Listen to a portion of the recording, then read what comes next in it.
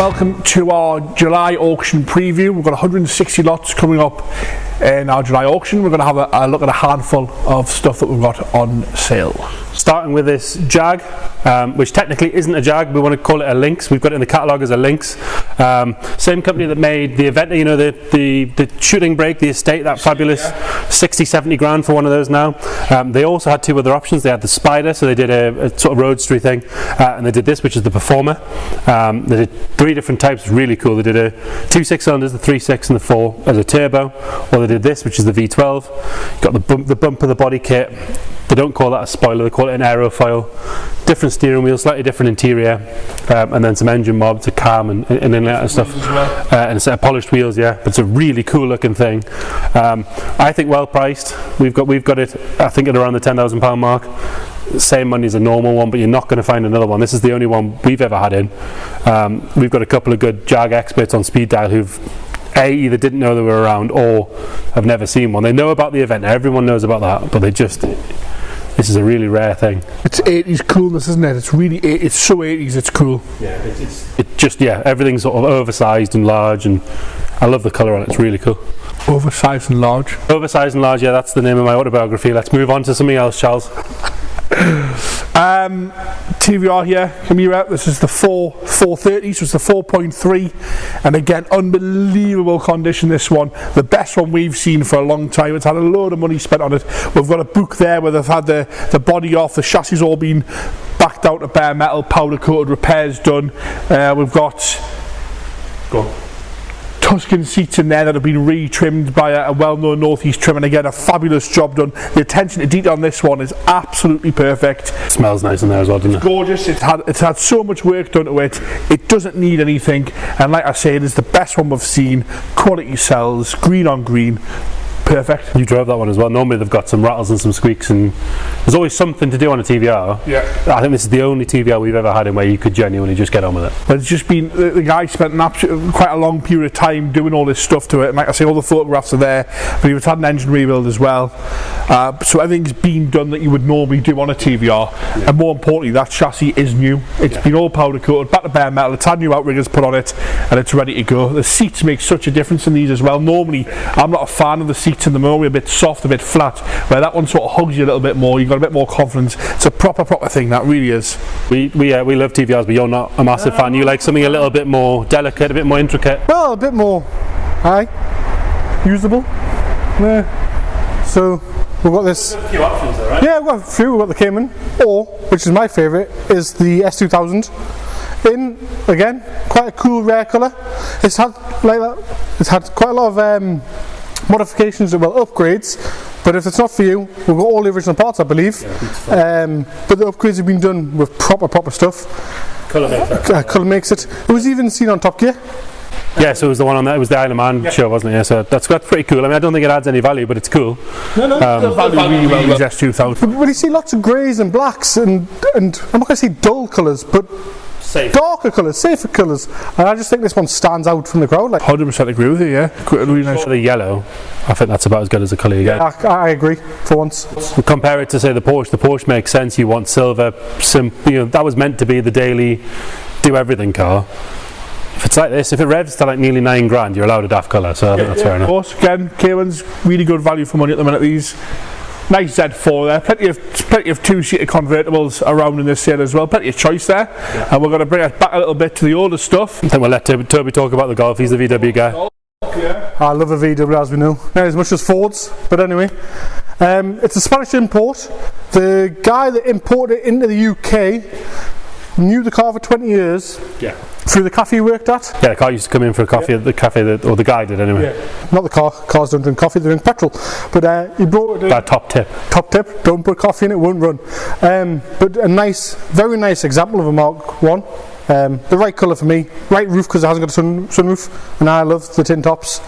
Left-hand drive, but I don't think that devalues or dogs it at all. You're not driving it every day, it's part of the fun. Yeah. You can tell that it's been in a dry place as well. The paint's lovely. Yes, I would want to put a polisher over it, but again, it's all nice and original. It's not 40 shades of pink or red. It's all nice and red. It's lovely and solid. And if it was right-hand drive, the guy price wouldn't be like this, which makes it a very usable. £4,000, £5,000, £6,000 more. Yeah.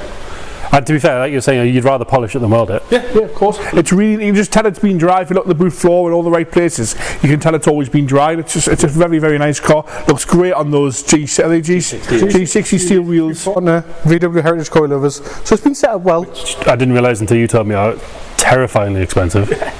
I thought they were like sort of, you know, coilovers for one of them's what, 600-700 quid. How much are they? £2,500. Something ridiculous. Crazy, but proper car. We'll keep working our way up. A very, very nice MGB GT on chrome wires. It's actually been upgraded, so they're actually Jaguar E-Type chrome wire wheels, aren't they? So they're a slightly bigger wheel, like with 15s over 14s, yeah, or 13s. Red interior with a white piping. Again, gorgeous colours. With the chromes, with the wires, ready to go, and coming back up a little bit, because we know they dropped last year. We've said this before, they did drop last year. Coming back up again, a very, very usable, honest, perfect sort of all-rounder of a classic car, those MGs. We like them, we always have done, but that's a really, really nice thing. Very, very usable, happy to go to the shows, but if you want to win a show, we're going to talk about this. Yeah, so two very different MGs. I looked at this car 2 years ago for the original owner, who's then sold it to a regular customer of ours who's had it for about 18 months, had his use out of it. It won its class at the owners club, so it's all well and good us saying it's perfect. The people who are there to pick them apart said it's perfect. It had like a full engine bay restoration a couple of years ago, so engine out, engine was all repainted, and the bay was all done, but it's been done so well. It's had the bodywork repainted, but it doesn't look like it's had a huge amount of welding. It's not a patchwork underneath. The interior we believe is original, which again is lovely. Really happy little car, and it's you're not going to find a better one. It's glorious, really, really nice. Show winner, it is ready. It's won shows and it's ready to go and win shows. But we've had the odd one, haven't we, where it's like, oh, it's the village show winner, where it's next to the potato growing competition, and who's got the best leak, who's got the best MG. Exactly. This is one, its class at the MG show, which it's as good as it's going to get. Well, it's an award winning, you can see why. Yeah. A little bit less money, you really like that, right? I've got a real thing for this Morris. I don't know why. It's just, I think it's a very, I know we keep saying it all the time in on loads of our preview videos, it's a very good, usable classic at the value. It's got the different seats in, which makes it really comfortable for us larger people. Yes, I'm including you. Still can't work out what they're from though, it's not. I think they're TF seats. I'm thinking mini, I'm thinking British Leyland and so forth. I thought they were mini, but they're too high. It's got to be Leyland because that's almond green. Yes, exactly. It's got to be. I don't know. I think it's just had the headrest done away with, which is knocking us. So I'm going for Rover, but I would love for someone to go, that's that, out of that. Do you think the TF? I think they're from a Rover of the 90s era. Something like that. But I can't work it out. Maybe like 200 or something, maybe. I'm sure this one came from a deceased estate. You know more about this because you brought it in. From long-term ownership, we've got this and a TD from a couple. They had both cars since the 80s. They bought this as a freshly restored car. They used their cars, that's why it's got those crystal clear headlights in it. It's got a high-level brake light. So it's got everything. Switches make it very usable. And when it come in, there was a little laminated sheet that I spent about 10 minutes reading. That's nice. Everything they've been and done with the car, but for the price and how practical they are, how easy they are to work on and get everything for it. For the money, I mean, $3.5, $4 grand. With good wood. It's got the good wood. Good wood? Good. I know it's good wood. Good. The rear wood is good. The rear wood is that like how much wood we would chopped up? Stop printing the catalogue, we need to change it and write the rear wood is good. The rear wood is good. We'll keep moving on before Toby gets more good wood, and we'll talk about this Lee Francis here, 1949 Lee Francis. Again, something about this car, it's got a certain charm to it. You come in the hall, you know what, you're automatically drawn to it. A very, very pretty car, ready to go, gorgeous engine on it. The paintwork's really, really nice on it. There's a few little bits here and there, but what more do you want? Again, guided really sensibly, ready to enjoy, and I think they're again very usable. Yeah, one previous owner. That is crazy. Yeah, he's owned it for 40 plus years. Put it this way, he can't remember what year he bought it. Right, okay. All the restoration, it's been obviously really well cared for. I think this is the sort of thing that you want to have an older restoration, which because you can tell how much work's gone into it. It's stood its test of time. You know, there's no rust coming through everywhere on it. There's no nasty marks on the panels. And again, a very, very pretty car. I think it's an absolute charming little thing. Yeah, we've never had one before either. No, first time we've seen one as well. Another thing we haven't had before, now we've had old taxis, we've had 40s taxis, but we've never had a pre-war taxi. No. Story on this is really cool. So we've got the sheet where we know where it's been from day one. So it did its service in Fulham, and then went out to Essex for a little bit of an easier life, and then it retired in the 50s. Correct that it wasn't black, because I know a few people. Well, this is its original colour. Yeah. It was then in the 50s and 60s painted white for a wedding car.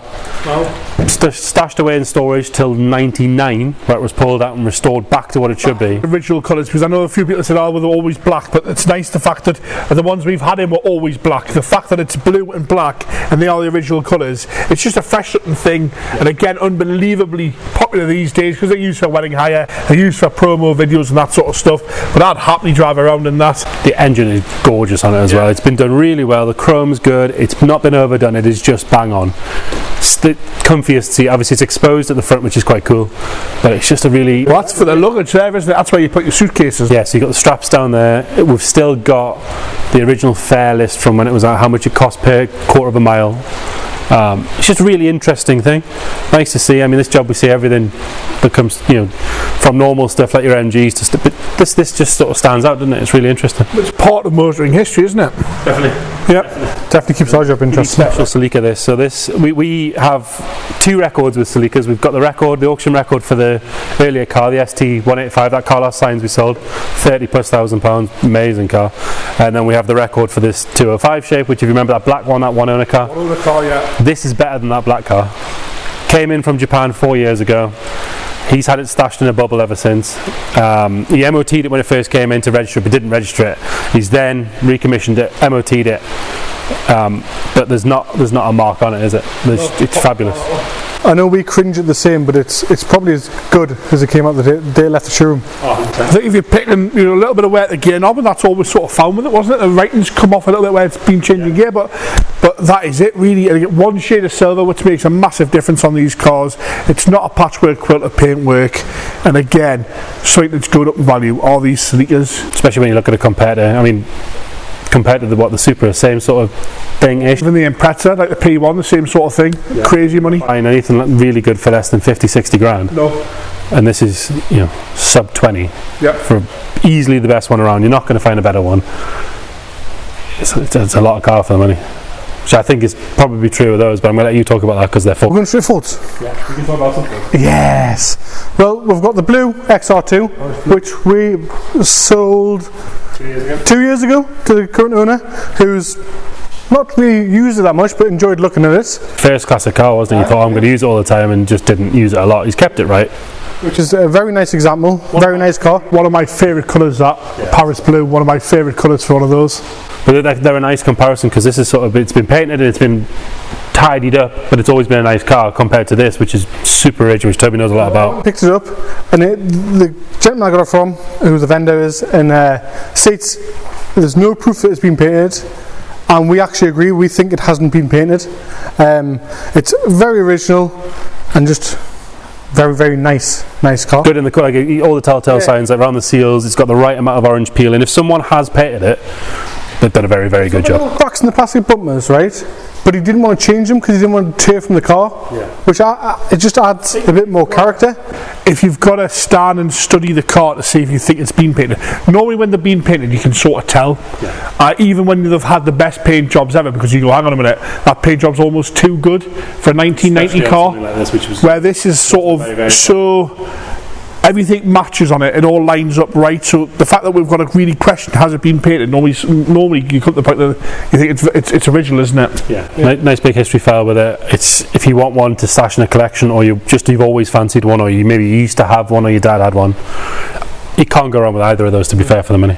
And again, we'll stay forward for a second, because at some point we're going to be stood here talking about these cars like they're an XR2.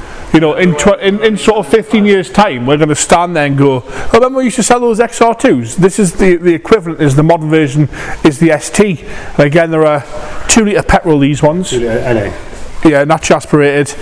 Gorgeous interior, a really nice straight honest car, especially for a black car. This one, low miles, plenty of history. Again, ones to watch, I would think. Well, when was the last time you saw one that wasn't modified, wasn't written off, wasn't over 100,000 miles, and wasn't rusty? Yeah, it's a lovely car. I love the blue dashboard as well. That's a nice little touch.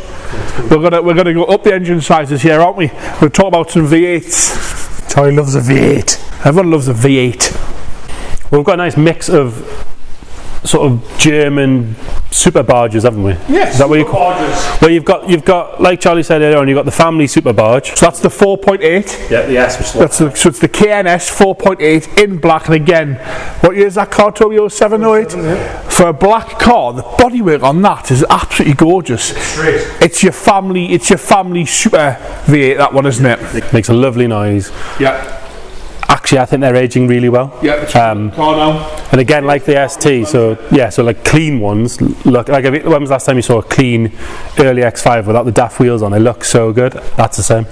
Well, that's what I agree about with that Audi that Toby's about to talk about. Gentleman spec, as you called it. Yes, it is. It's still got the. If we start at the top, Normally, I insist on talking about the Beamers because I love my Beamers, but it's the car from Ronin, so it's cool as, but it's the final edition, so it gets that nice sort of slightly lilac-y paintwork, but it's got purple leather interior. Big V8, purple leather interior. It's just this is the coolest A8, I think, or S8. I picked it up and I just got on the back of the truck, on the back of the trailer, sorry, and I had to ring you and go, James, interior. We love anything with a weird interior, but it's a final edition, so that's all factory. It's not been painted as it came. It's got a purple steering wheel. Yeah. Is that if there was never enough of a reason to buy a car, it's got a purple steering wheel. But then on top of that, it's got a big V8, and they are bulletproof. You see them on 1,000,000 miles, no problem at all. 4-wheel drive, double comfy, loads of toys. They look excellent. They've another car that's aged really well, isn't it? Well, again, I know I said it before I picked it up. When I picked it up, the guy was telling me about all the work he's done. He's had paint work. He's just gone through it. You pick this one up? Did I tell you? I didn't ring you to tell you about the purple interior, did I? Sorry, mate. He's gone through it. He went through it to keep it, and just. When he picked it up? No. Before I picked it up, he's already done that. He's not that quick of a painter, and it's just ready to go to be loved and enthused. They're absolute fortune. I think they look really good on the road now. If you see one of these on the motorway, the road presence of that car is it looks like a bit of a geezer's car, isn't it? I didn't sit on the road because I picked it up on the trailer. But then I think the same can be said about what I think is the best shape M5. Yeah, so it's an E39 M5. That's the 5-litre petrol. This one, NA again, manual, ticking boxes. Loving the colour. That dark blue is a lovely colour. It's a low ownership car, this one. Just it's ready to go again. Again, going up in value. We've sold a few of these now. It's on 130, just over 130,000 this one, so it's drivable miles. Where I don't think the price is going to change in the next 10,000 miles. And you know for a fine fact, 130,000 miles on that engine. That's not a hiccup bother there, is there? No. And to be fair, you met the guy that owns it. Yeah. He's not been doing burnouts and donuts and stuff. He bought the car when it was 5 years old because he likes the spec on an M car. Yes. Not because he wants. The fact that E39, the best thing about these M5s was that the majority of them are always manual. The interior is lovely on it. You've got the black and silver interior. You've got the dark glass, dark bodywork. Again, I think it's absolutely gorgeous. Love it. Yeah. And when you compare that, if it was on a 20,000 mile car, that's 30 grand now. We've got 10 to 12,000 pounds on it. What else are you going to buy? You're just not, are you? You can't buy the E-Class equivalent anymore because they're 15 plus. Yes. The Audi, that's slightly older, slightly different, but not the same sort of power. Quite a rare car as well. You don't really see, it took a sort of a certain breed of human going back then and buying the 5-litre. It was quite a way ahead of its time in that respect, wasn't it? Yeah, really cool car. But then that same sort of person that ordered that, I think probably was the same sort of guy that ordered that S5, right? Do you reckon? Yeah, it's manual. It's manual. It's again lovely colour. Not been charverized. Can't say charverized, can I? It's not been modified. It hasn't got the chrome being deleted to black. It hasn't got big garish. Normally they've got rotor wheels on with they're awful. It's just factory fresh. Nice original example of what it is. Like we said before, and sounds immense. Gentleman's spec. Gentleman's immense. Clear glass, light interior, dark bodywork, silver wheels, and again you love that one because it's manual as well. That makes a great noise. Great noise. James is screwing. We're talking about gentleman spec. The ultimate gentleman spec is this Daimler. Is one of the coolest cars we've had in this year. Yes. So XJ40 is cool in its own right. But then you go and choose the Daimler. You go and choose the Daimler over the Jag, which was a lot more money. That colour's gorgeous. But most importantly, it's done 4,000 miles from new. Well, when you told Charlie the mileage before, he questioned you 3 or 4 times, didn't he? I said I thought it was low miles, and it was 4,000 miles. 4,000 miles from new, because... that will be that is one of the lowest mileage cars we've had in. Yeah, but I think it's probably the lowest mileage XJ40 around. This is 4,000 miles on this car. It probably outlives us, that really, doesn't it? Oh yeah. Do you know why it's done so many miles, right? So the guy owned this as his nice car, and he had an E-Class make. But he used the E-Class all the time. He didn't want to keep pulling this out, so he never used it. But if you look at like the steering wheel boss, that is brand new. It's satin. It's never had a hand on it.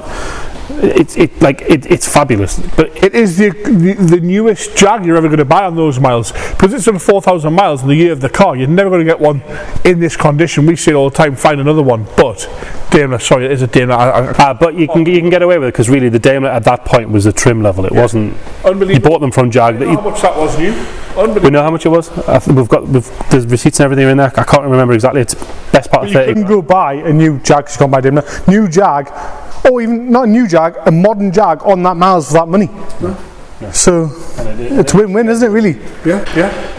Forget anything other than just, if you look at pick any bit of the car and look at it, it tells you the miles is right. Look at the seat, look at the steering wheel, look underneath, look at the. I'm fairly sure they're pre-date stamp, but I'm pretty sure they're the original tyres on it. Yeah. Which is, it's great. Chrome work, everything on it is gorgeous. And to be fair, honest, you can buy it. You can stick 6,000 miles on it, and it's still low mileage. Well, Charlie said, "Oh, it's low mileage. It's done 16,000 miles. So you put another 6 on it. It doesn't matter. It doesn't matter at all." Continuing down here. You like this red SL for some reason, don't you? Charlie really likes it. I'm not a fan of SLs, but it does look well. It does sit well, doesn't it?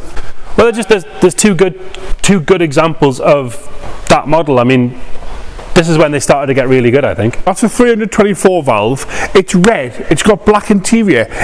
To me, that is so 90s. And I think this shape, I've always liked this shape. The shape's come back around again, but it's just the colours for me. I like the aftermarket wheels. It sort of freshens it up. It makes it sort of a bit more attractive to the younger buyer. I like the wood steering wheel. You like it?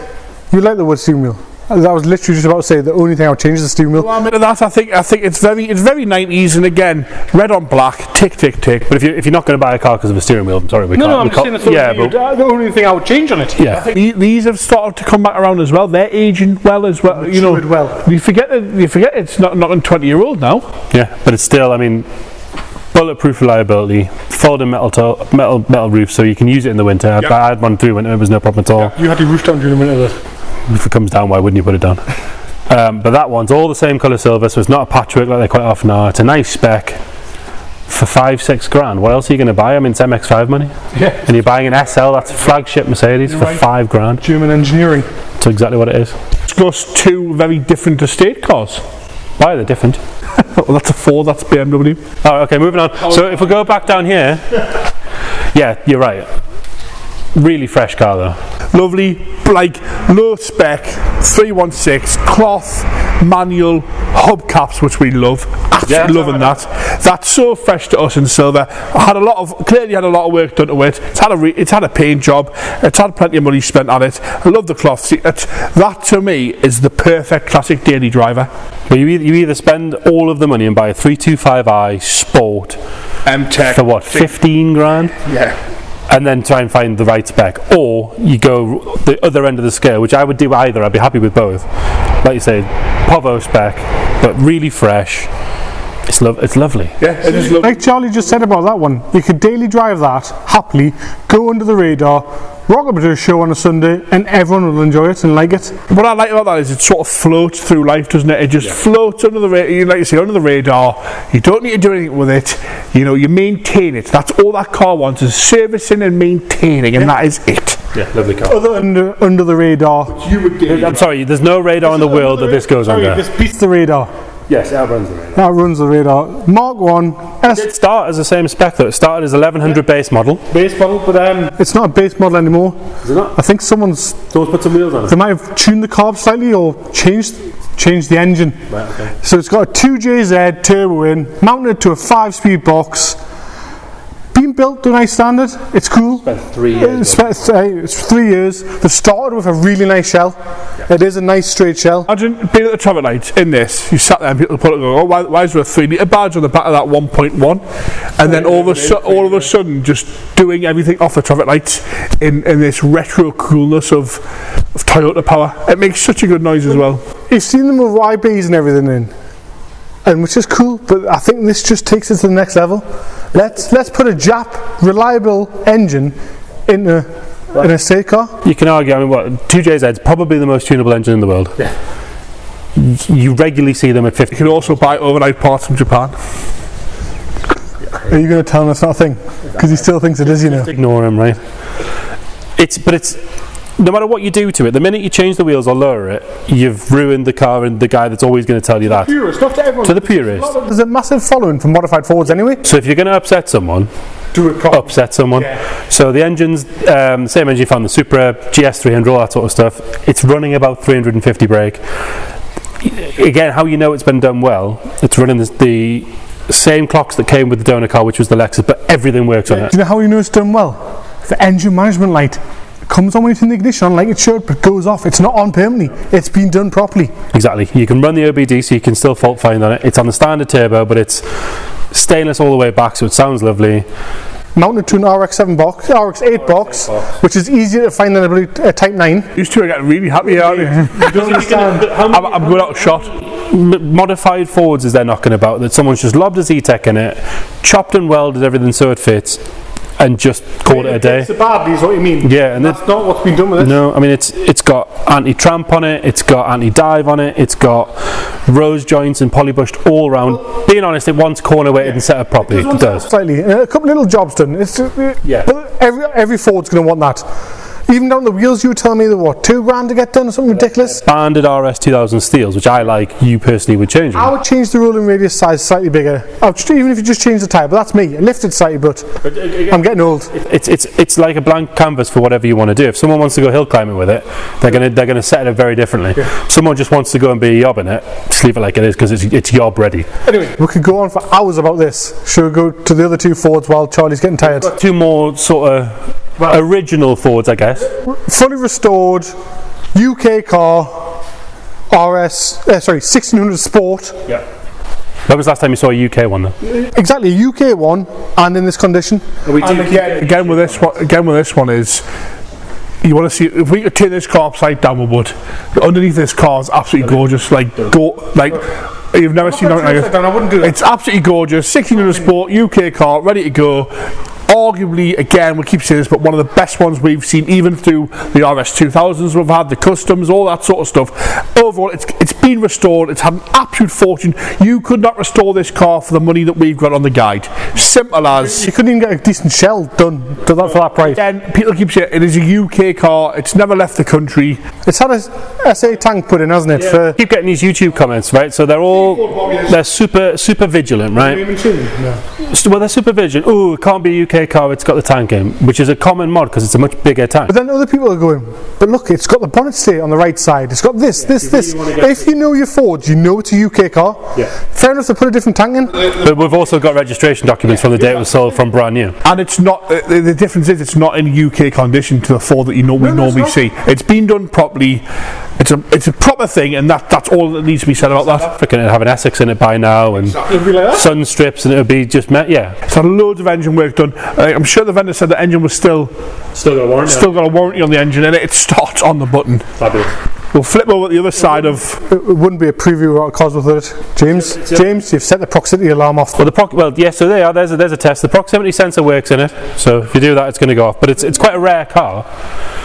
Diamond white, big turbo Lux. So normally your Luxes are going to, not be white generally, which I think it really suits the black, the white. It goes really well. I love the red headlights. I love that the gloss black front split. I know that's not everyone's taste, but when I think of the Cosy, that's what I'm thinking of. Those headlights, that splitter. It's had subtle modifications. It's not heavily modified. It's very mostly original engine. It's got green injectors, but they all do. But it's when they go wrong, you upgrade. It's the rule, isn't it? It's gorgeous on that car as well. And if you really want to put it back to standard, you can get more for those headlights than the originals cost. So that easy, and it's still on the 5 spokes. They're never on the 5 spokes. And actually, I forgot how good they look on the 5 spokes.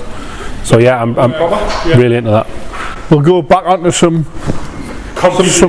completely other. We're going to go completely the other end of the scale from the Fords, and we're going to talk about these two charming Austin 7s. We love Austin 7s. They're just so easy. You can place them anywhere, no matter where you put them, they look good. The joys, we've said this in another preview video, the joys of these cars are, you know, we see a lot of first time classic car buyers getting into this market now. You take this to the show and your Ford guy's going to talk to you, your Austin guy's going to talk to you, the BMW guy will have a conversation, because they are as a well-rounded classic, they are loved by everyone, and we absolutely adore them. What you're saying is, if you don't like people, don't buy a Ruby. Correct. Right. There's only a few cars that works for. Minis, Beetles, Moggies, and Austin 7s. I think that's probably the only four. Maybe the odd. Well, you don't get stopped by anyone, do you? No one. Well, they're just a happy car. If you don't like one and you're just having a bad day, get on with it. Again, for their age, we used to find this sort of stuff sort of struggled with finding a home for them, but these things have so much character. It's the sort of car that the first time classic car buyer still names, and they get loved, and they are mint. I just absolutely love them, especially for the price. I mean, $2.5 to $3.5 grand. It's for nothing. Rebuilt engine. It's got a spare engine with it to play with, or but it's got a little bit of patina. But actually, I like them like that. Or you got the really nice one. But this one's always been in the Northeast, though, hasn't it? Always been in the Northeast. Really traceable history. Like little marks on it and stuff, but it's stuff you can forgive it. I mean, the thing's 85 years old. They don't need to be over restored. You don't need to have a concourse one, because you know, we've got quite two different cars here. One of them has had a load of money spent on it. Interior's gorgeous, paintwork's good. To this one with a patina, but it doesn't matter. You'd be happy with both of them, wouldn't you? You really next to each other. This one doesn't detract from that one, and that one doesn't make this one look expensive. So it's just about what your preference is. I personally am leaning towards this one just because I like green. I think it suits the car. I like a ruby and black. But if you think of an Austin 7, you do think of a black one, yeah. Okay. We're going to discuss two 1300s here, aren't we? A Viva 1300 and the Triumph 1300. We'll start with this one. Love this car. Gorgeous interior work. The interior is lovely on this. Bodywork's mint as well. The window winders sell it for me. They're so cool. Oh, the clipping and like aero window winders. Oh, look there. Like a sunroof on a 205. Really nice colour with that sort of greeny blue colour with a tan interior is a nice combo. Perfect size to manage, you know, it'll fit in most garages. They're easy to work on, easy to get bits for. They've got a nice little fun. Enjoyable to drive. They're really good fun to drive. The interior on this car, I just think the whole thing is how we like them. Just lovely, just a lovely, charming little thing. And then I think you can pretty much say the same about this. I think everybody that's been in here is either going, my dad had one, or I remember them. You just don't see them anymore. No, you stand out in the crowd. Well, it's a factory colour, which is really nice. It goes very well. It's got like a velour interior, which is so period correct. So comfortable in there. So period correct, isn't it? It is nice, low mileage. Again, just a really nice, nostalgic car. It's what classics are about. Yeah, I love the fact that it's 4 seats as well.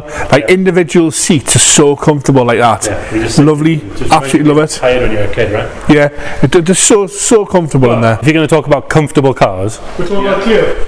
I'm not talking about a Clio track car because that's not comfortable. The interior on this car is just next level. The interior though, is it? I'm going to go on a whim and say I think this is everyone's favourite car in the sale. Yeah, it's my favourite. Can you disagree? No. Can you disagree, Dad? Two JZ Escorts, and we've got angry TVRs and cool Jag. We like geography teacher Volvos. Exactly what it is. It's school teacher spec, reliable, trustworthy, just perfect. The interior, like I say, I've already said, the interior is absolutely unbelievable on this car. The whole car is unbelievable. It's amazing. It's been restored to a very, very high standard, and you could just happily waft along. You take that on the A1, the M1, and just happily just... It's one of those cars that's never going to look out of place anywhere. No. Central London to the Scottish Highlands to the middle of town. It's just... Who's the geography teacher now? Everyone. There you go. There's 3 places I know. They genuinely don't come up for sale. No. They're never in this condition. We've sold one as a restoration project, didn't we? That was like the second sale. Yeah. So in however many cars we've had through the doors, I can't remember now. 2,500 cars. This is the second one of these we've had, and hands down, like I say, it is star of the show for us. Put it this way, right? We've had 2 of the 4 remaining Sierra diesels on the road, but we've only had two 164s. Gorgeous, absolutely love it. I always like the owners of these things, like the guy who owns it. Always driven Volvos. He was a wagon driver all of his life. He ran Volvos. Yeah. When he retired, he bought himself a Volvo estate, and then he thought, oh, I want a classic car, so he bought himself a Volvo. But that's always the case with those guys. And it's like Rolls-Royce comfortable, Mercedes reliable, and it's actually, I think it's stylish now. I think it's cool. It's just a fabulous car. We'll stay saloons. We'll talk about this S-Type. Yeah. S-Type Jag, another sort of family. This is the head teacher of cars, isn't it? Sort of slightly. Yeah, this is the head teacher. And we're talking about this S-Type, a 3.8 car. This, yeah. 3.8 manual. 3.8 manual. Right colours. Nice and usable. Not concourse by any means, but not a rotter. Drove from Edinburgh to sale. You're like, what more do you want? Engine is lovely on it. Yeah. So super comfortable. Love the fact that it's manual as well. And again, these S-Types haven't quite hit the same mark as the Mark IIs did. I don't know why. I think they're equally as pretty. Yeah, but the stupid thing is, if it was a Mark II, 3.8 manual, 25 grand. Yeah. And what's the price on this one? We've got 4 to 6 on it. Crazy. So you're getting crazy. big Jag. For a quarter of the price. Well, yeah, for the price of a set of wire wheels from Mark II. Yep. And it's got a bit of patina here and there, which I think is fine. But it looks right. It drives. It's a usable, I'm going to say usable, tinkable car. So you can drive it, you can use it, you can do the little jobs on it, and just enjoy the whole car throughout. Yeah. I bet that look cool driving around Edinburgh. Yeah, and to be fair, it's worth buying because I just want to see someone polish it because it's got some swirls in it.